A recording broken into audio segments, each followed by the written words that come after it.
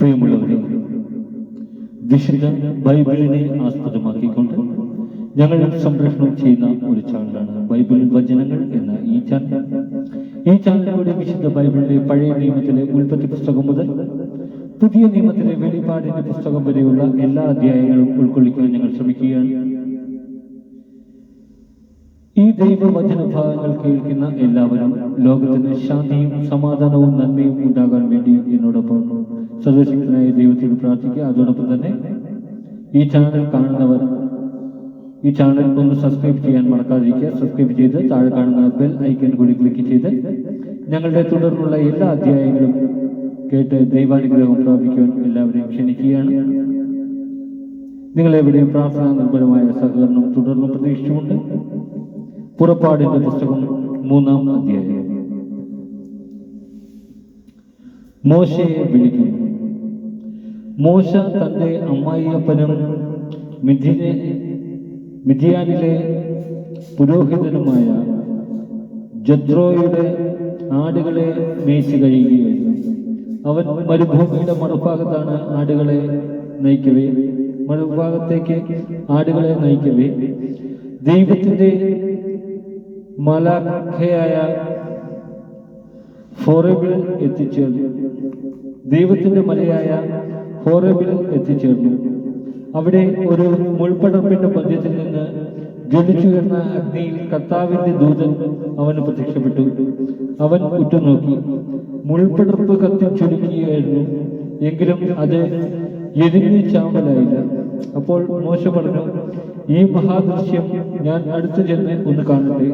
മുൾപടർപ്പ് എരിഞ്ഞ് ചാമ്പലാകുന്നില്ലല്ലോ. അവൻ അത് കാണുന്നതിന് അടുത്തു ചെല്ലുന്നത് കർത്താവ് കണ്ടു. മുൾപടർപ്പിന്റെ മധ്യത്തിൽ നിന്ന് ദൈവം അവനെ വിളിച്ചു. മോശേ, മോശേ. അവൻ വിളി കേട്ടു. ഇതാ ഞാൻ. അവിടുന്ന് അരുളി ചെയ്തു, അടുത്തു വരരുത്, നിന്റെ ചെരുപ്പ് അഴിച്ചു മാറ്റുക. എന്തുകൊണ്ടെന്നാൽ നീ നിൽക്കുന്ന സ്ഥലം പരിശുദ്ധമാണ്.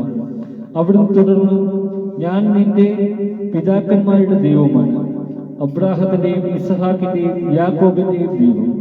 മോശ മുഖം മറച്ചു. ദൈവത്തിന്റെ നേരെ നോക്കുവാൻ അവന് ഭയമായിരുന്നു. കർത്താവ് വീണ്ടും അരുളി ചെയ്തു, ഈജിപ്തിലുള്ള എന്റെ ജനത്തിന്റെ ക്ലേശങ്ങൾ ഞാൻ കണ്ടു. മേൽനോട്ടക്കാരുടെ ക്രൂരത കാരണം അവരിൽ നിന്ന് ഉയർന്നു വരുന്ന രോദനം ഞാൻ കേട്ടു. അവരുടെ യാതനകൾ ഞാൻ അറിയുന്നു. ഈജിപ്തുകാരുടെ കയ്യിൽ നിന്ന് അവരെ മോചിപ്പിക്കാനും അവിടെ നിന്ന് ക്ഷേമകരവും വിസ്തൃതവും തേനും പാലും ഒഴുകുന്നതുമായ ഒരു ദേശത്തേക്ക് കാനാന്യർ, ഹിത്യർ, അമൂര്യർ, പെരീസിയർ, ഹിവിയർ, ജബൂസിയർ എന്നിവർ അധിവസിക്കുന്ന സ്ഥലത്തേക്ക് അവരെ നയിക്കാനുമാണ് ഞാൻ ഇറങ്ങി വന്നിരിക്കുന്നത്. ഇതാ, ഇസ്രായേൽ മക്കളുടെ നിലവിളി എന്റെ അടുത്ത് എത്തിയിരിക്കുന്നു. ഈജിപ്തുകാർ അവരെ എപ്രകാരം മർദ്ദിക്കുന്നുവെന്ന് ഞാൻ കണ്ടു. ആകയാൽ വരൂ, ഞാൻ നിന്നെ ഫറവോയുടെ അടുക്കലേക്ക് അയക്കാം. നീ എന്റെ ജനമായ ഇസ്രായേൽ മക്കളെ ഈജിപ്തിൽ നിന്ന് പുറത്തു കൊണ്ടുവരുന്നു. മോശ ദൈവത്തോട് പറഞ്ഞു, ഫറവോയുടെ അടുക്കൽ പോകാനും ഇസ്രായേൽ മക്കളെ ഈജിപ്തിൽ നിന്ന് പുറത്തു കൊണ്ടുവരാനും ഞാൻ ആരാണ്? അവിടുന്ന് അരുളി ചെയ്തു, ഞാൻ നിന്നോടുകൂടെ ഉണ്ടായിരിക്കും. ഞാനാണ് നിന്നെ അയക്കുന്നത് എന്നതിന് ഇതായിരിക്കും അടയാളം. നീ ജനത്തെ ഈജിപ്തിൽ നിന്ന് പുറത്തു കൊണ്ടുവന്നു കഴിയുമ്പോൾ ഈ മലയിൽ നിങ്ങൾ ദൈവത്തെ ആരാധിക്കും.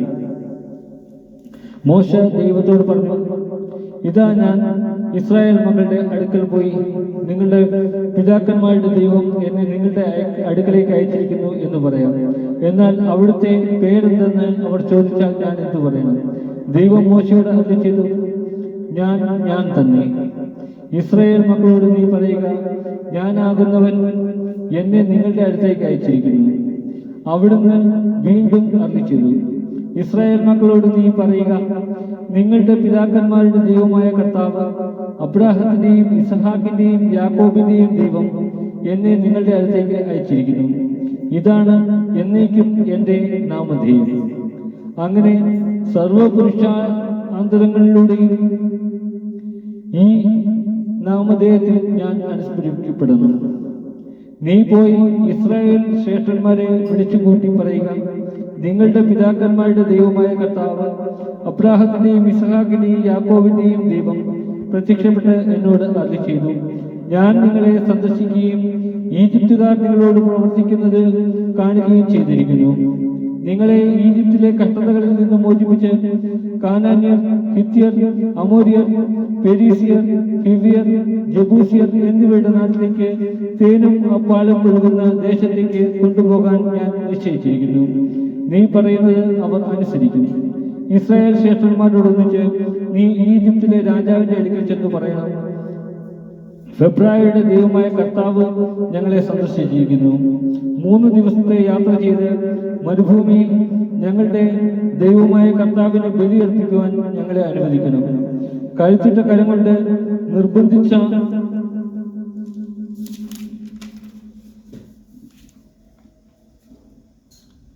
അതല്ലാതെ ഈജിപ്തിലെ രാജാവ് നിങ്ങളെ വിട്ടയക്കില്ലെന്ന് എനിക്കറിയാം. ഞാൻ കൈനീട്ടി അത്ഭുതങ്ങൾ പ്രവർത്തിച്ച് ഈജിപ്തിനെ പ്രഹരിക്കും. അപ്പോൾ അവൻ നിങ്ങളെ വിട്ടയക്കും. ഈജിപ്തുകാരുടെ ദൃഷ്ടിയിൽ ഈ ജനത്തോട് ഞാൻ ബഹുമാനം ഉളവാക്കും. അങ്ങനെ നിങ്ങൾ പുറപ്പെടുമ്പോൾ ഒന്നുമില്ലാത്തവരായി പോകേണ്ടി വരില്ല. ഓരോ സ്ത്രീയും തന്റെ അയൽക്കാരിയോടും തന്റെ വീട്ടിൽ അതിഥിയായി പാർക്കുന്നവളോടും സ്വർണവും വെള്ളിയും കൊണ്ടുള്ള ആഭരണങ്ങളും വസ്ത്രങ്ങളും ചോദിച്ചു വാങ്ങണം. അവ നിങ്ങളുടെ പുത്രിപുത്രന്മാരെ അണിയിക്കണം. അങ്ങനെ നിങ്ങൾ ഈജിപ്തുകാരെ കൊള്ളയടിക്കണം. നമ്മുടെ കർത്താവായ മിശിഹായ്ക്ക് സ്തുതി.